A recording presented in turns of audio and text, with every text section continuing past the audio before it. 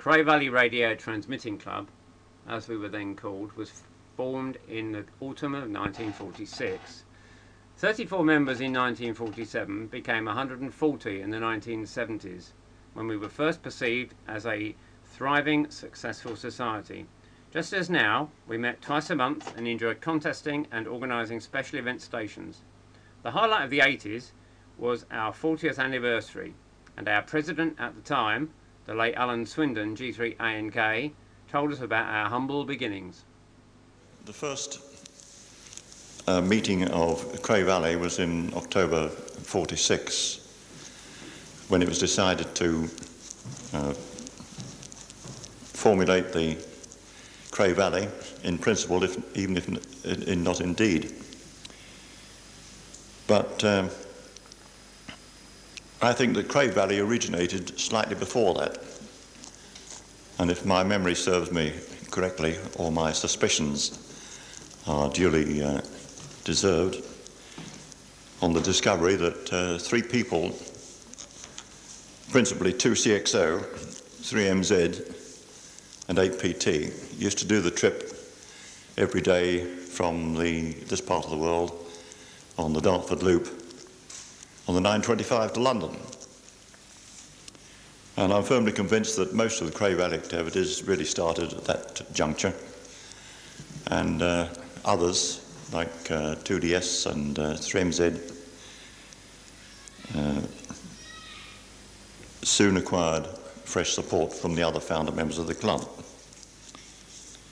Now, just in case there are 1 or 2 of you who didn't receive any newsletter this month, the founder members were, and unfortunately these are all silent keys now, 2DS, 2HY, 2ZI, 3FC, 3MZ, and 8PT. And the only 2 who've been fortunate enough to hang on and pester the life out of you are Jeff here, my associate, he still is, and myself. We were not so active in the 90s, but had many interesting meetings. Here is a brief snippet from one, a talk by Chris Whitmarsh, then G8CRU, on metalwork without tears. Every time people normally construct something, I hear the same comment. Oh, I've got to do the metalwork, what a drag.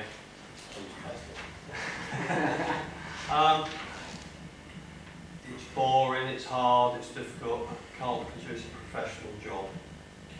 Well, I hope to tell you tonight how you can have metalwork without tears, by doing it the easy way. I consider metalwork, notice I say metalwork, not metal bashing. Metal bashing, to me, always gives me the impression of somebody with a biscuit tin on the table hammering it with their shoe. And I think the secret of metalwork is to use the right tools for the right application. Well, first of all, metalwork, whether you like it or not, metalwork is an integral part of amateur radio and the electronics industry. These days, the surface mount components and large-scale integrated ICs, metalwork is still applicable today, as it always has been. Things have changed, obviously. Gone are the days of chassis with valves, but nevertheless, if you build something, you will normally have to house it in something, so that's one use of metalwork. You may still require to build something entirely of metal, or you may require to build something of metal to go inside an enclosure. And I think that metalwork really comprises of the following actions: cutting, bending, drilling and fastening.